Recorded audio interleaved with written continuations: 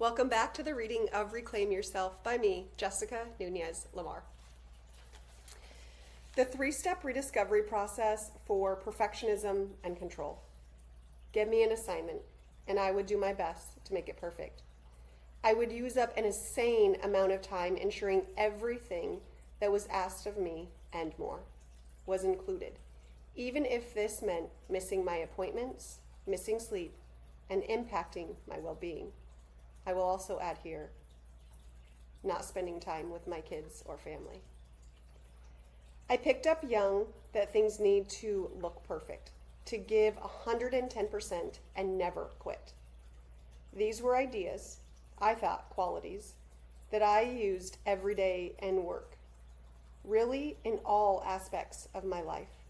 I thought this is where my perfectionism came from these ideas and concepts that everything needs to seem perfect, especially from the outside in. However, after going deeper, what I learned is that in my home growing up, if I could just be perfect and good, if I could just control the way that I acted and the things that I said, even if I could control things around me, the cleanliness of my room or any room, the people around me like my sister, keeping her happy, I would not get in trouble. If only I could control my environment and things seem perfect, I would be loved, praised, and be the good girl. What was at the core of this perfectionism was believing that if I could just control everything to seem perfect, then I would be safe. Perfectionism and control were my survival mechanisms.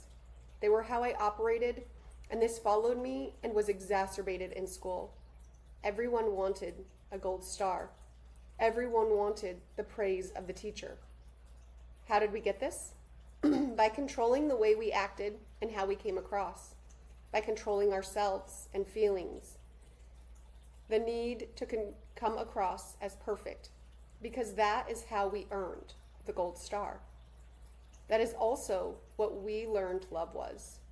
To earn the gold star was to earn love. This is how we learned how to receive love.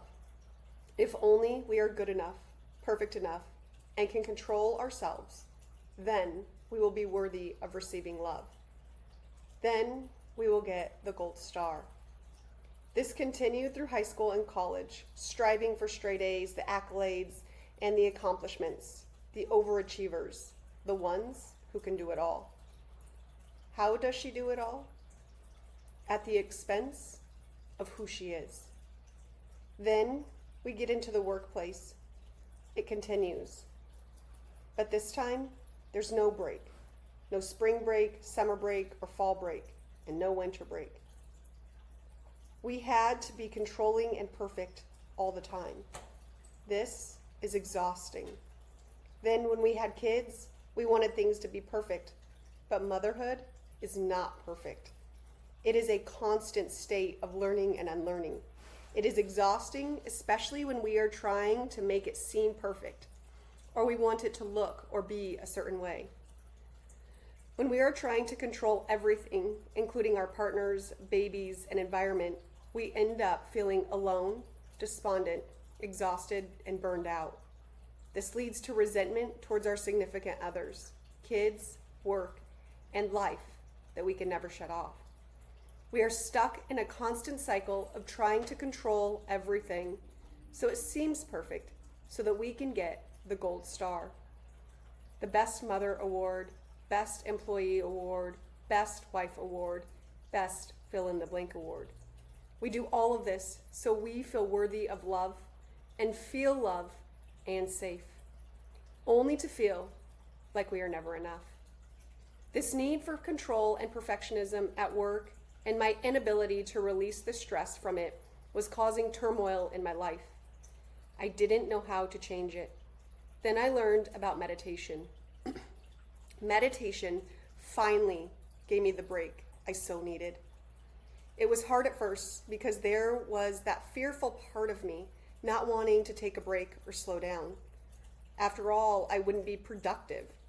And I learned being productive is perfect. However, meditation is now my saving grace. Yes, I meditate every morning and around 3 o'clock every afternoon. Yes, I use 15 minutes of my workday to meditate. It provides me the reboot I need to finish the day, but also to be the mom I want to be. Bedtime is getting better. There is a lot of playing and wanting to hang out with mom and needing mom's help, but now it is not full of yelling. I am so much more patient. Are there nights we go to bed later than I want? Yes, but at least I don't feel like the mommy that has to yell all the time with the preceding guilt. If you want to change your life, you must be willing to do what is uncomfortable. For me, this looked like releasing control, not spending as much time on things trying to make them perfect, and not picking up the extra assignment just to unconsciously prove I could do more, to prove that I am good enough. All these things were extremely hard for me to do. I thought my career as I knew it would be over. I thought control and perfectionism were my qualities. However, they were my vices. And my career as I knew it was over. What came from releasing control and perfectionism was the ability to be creative, to rediscover who I am and what I bring to the table, and to enjoy my work and not look at it as overwhelming. Along with this, my confidence, love for myself, and connection to myself grew. Everything is an opportunity for growth, healing, and for leading you back to yourself. When we say no to the things we truly don't want, it opens the door for the things we truly want. Here's the 3-step rediscovery process to help with control and perfectionism. Take 3 deep breaths and then begin. Again, if you're driving or operating machinery, wait till you get into a safe space to do this. Step 1, realize, become aware. How does perfectionism impact my life? Where in my life do I strive for perfection? What parts of me feel the need to be perfect? Who am I trying to be perfect for? What is the perfectionist part of me striving for? What do I think will happen once I am perfect? What do I think will happen if I'm not perfect? How does being perfect or striving for perfection keep me from who I truly am? When do I feel the need to control? What part of me makes me feel the need to control? What feelings come up when I can control things? What feelings come up when I cannot control things?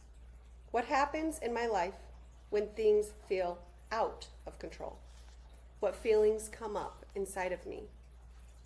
What am I concerned may happen if I don't strive to control things? How does control impact my relationships? Step 2, honor, reconnect, honor, and excel. Breathe deeply. Then feel, see, sense, or imagine a younger version of you that feels the need to be perfect. See her vividly. What is she wearing? What colors do you see? Is there a background? Is she with anyone? What is the feeling? What is she afraid may happen if you don't act or appear to be perfect? How is she trying to protect you by keeping you in a state of perceived perfectionism? Who taught the perfectionist part that perfectionism is required to function in the world? Remember a time when being controlling resulted in an adverse outcome. What was this controlling part trying to protect you from? What was this part afraid you may feel or experience? How hard does this part have to work to try to keep you safe? Who taught the controller within that control is required to function in the world? Step 3, release. Listen to what you need, forgive, and bring in unconditional love. For the perfectionist part and the controlling part, what does she need you to know? What does she need to hear from you? What does she need? How do these parts of you feel? Is there anyone that needs to be forgiven? Is it possible to appreciate these parts of you for trying to protect you by striving for perfectionism and trying to control everything? Can you compassionately love these parts for doing what they were taught, what kept them safe, and what allowed them to feel loved? Is there another way these parts can communicate with you moving forward? Instead of striving for perfection or control, what would these parts rather do? Can you permit them to do what they want? It's possibly the first time in decades that they get to do something they want to do instead of spending all of their time trying to be perfect and control life. Imagine them within your heart, both doing something they love. Close by giving thanks to both them and you. That's the end of this section for perfectionism and control. And here's what I'll say. Obviously, I've shifted a lot in my journey of perfectionism and control. The previous me would have never allowed myself to post just the first take of every authentic reading of this. And that's what I'm doing. Do I mess up some words? Yep. And that's okay, because it's just like a conversation between me and you. And I'm not trying to be perfect. I'm being me. I'm being real.